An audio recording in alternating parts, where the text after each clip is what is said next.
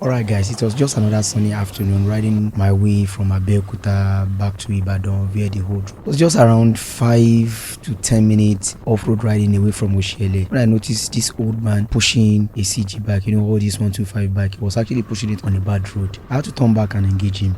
Pushing bike on this bad road, no capping, this man go don tire. I know this first time because I once lifted a bike like that a couple of years ago. They are not light to, even though some people felt once trailer passed those bikes like this, breeze go blow them away. Fine, it might look like that, but try and lift one of them to understand what I'm actually talking about. Now imagine yourself pushing such bike on a bad road, and this man, an old man. I had to help, and thank God I show up at the right moment. If not, this man will pass out. Daddy, she petrol is that? Emma, boy, I buy my family. Kò sí filling station ní gbogbo ọ̀nà bí báyìí. Ọ̀nà filling station sì jìnnà. Ẹ ká wá bá jẹ lè jó ní bó tẹ̀ jẹ́ díẹ̀ tó máa gbé yín wọnú gbòòrò lọ. Ṣé níbi hose? Ṣé hose wà? Ta lè fi fà? Ah. It's hose.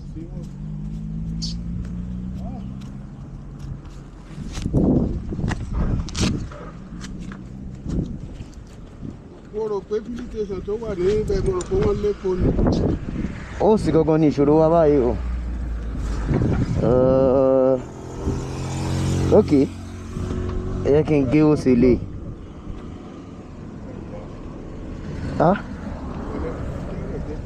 Tá bá gé ó sí gan ibo la fẹ́ fà sí. Ẹ ká wá bí ike. Ẹ mọ̀ tó ṣẹlẹ̀ ẹ̀yin lọ báyìí mi á lọ báyìí. Okay, má rí ike kan nìyẹn.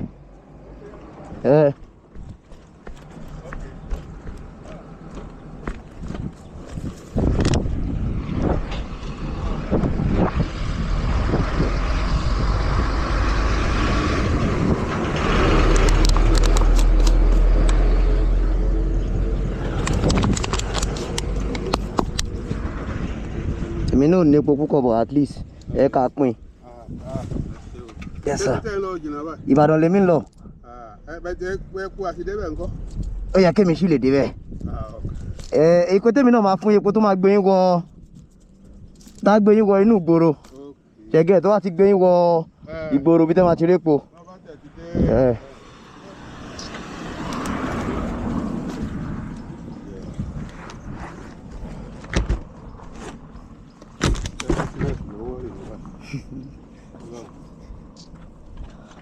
Mo rò pé epo wà níbi filling station ẹni àti dé At times èèyàn máa ń.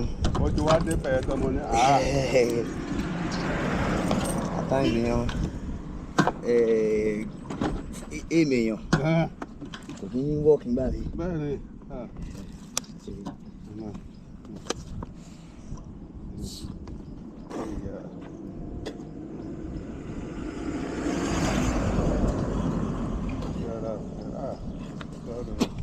Ó sì yẹn ò tó ni.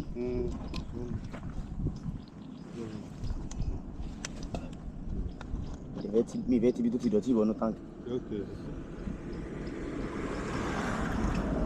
Ìṣòro náà ti bẹ́.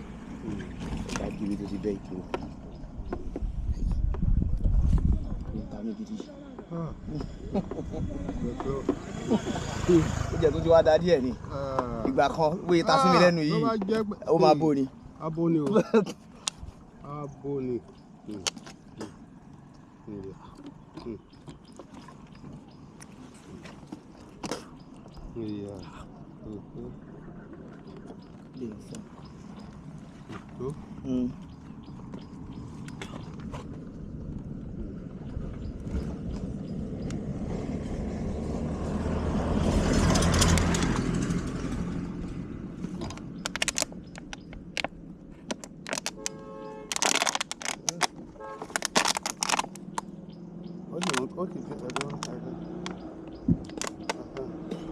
Ó débi epo yẹn.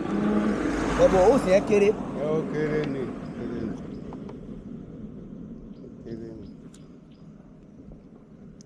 Gbogbo ọgbọ́n tán láyé ká wà lọ́rùn.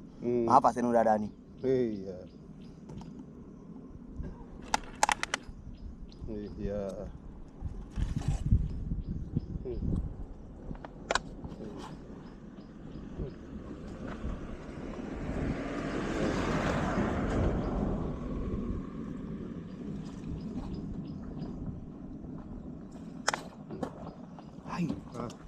Fa. Aha. Ah. Fa. Ilé náà. Yeah, Elena Adebikan. Ẹ kò wọ̀ tán. Adebikan. Bye. God bless you. Amen, sir. Hey. Fa. Thank you. Ah. Fa.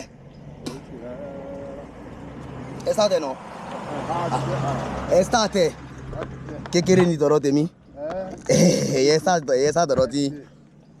Fa.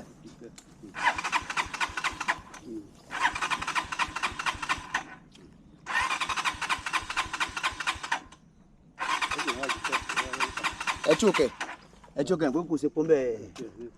Màá bẹ́ẹ̀ntì ní ìsìn.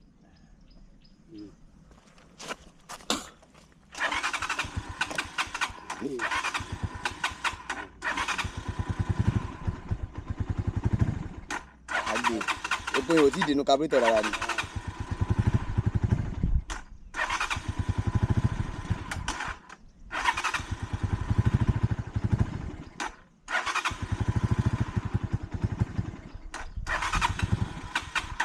Ẹ choke náà ẹ ní láti bend ẹ choke tó ra ọmọ aráyè carburetor yẹn ti gbẹ ó ti gbẹ ni ẹ sá tẹ bẹ́ẹ̀.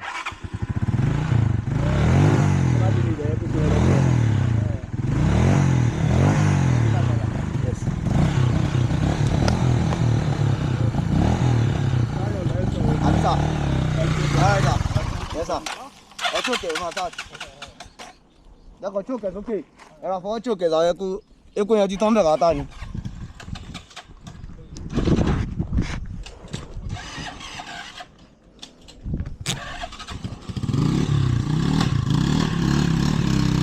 All right, sir.